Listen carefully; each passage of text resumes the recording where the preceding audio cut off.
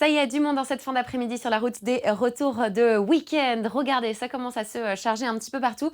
On va commencer avec la vallée du Rhône. Alors, d'abord pour vous qui quittez l'Espagne en direction du nord, hein, vous le voyez, c'est déjà un petit peu chargé juste après le franchissement de la frontière. Et puis ensuite, en vallée du Rhône, eh bien, c'est entre Orange et Lyon que vous rencontrez les principales difficultés. On parle de plus d'1 heure et demie de ralentissement. Et si vous nous écoutez et que vous prenez la route entre Narbonne et Toulouse via la 61, beaucoup de difficultés aussi de ce côté-là.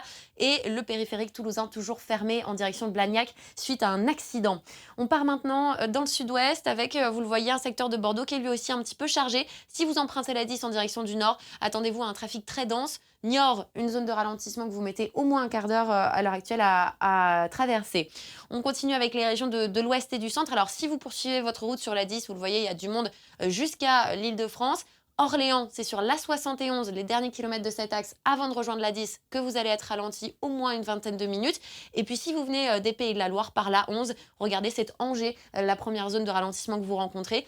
Et ensuite, eh bien, l'arrivée en Île-de-France, bien sûr, avec pas mal de monde déjà à cette heure-ci. Après la barrière de péage de Saint-Arnoux, vous avez au moins une demi-heure de difficulté pour rejoindre les portes sud ou ouest de la capitale. Très bon courage à tous.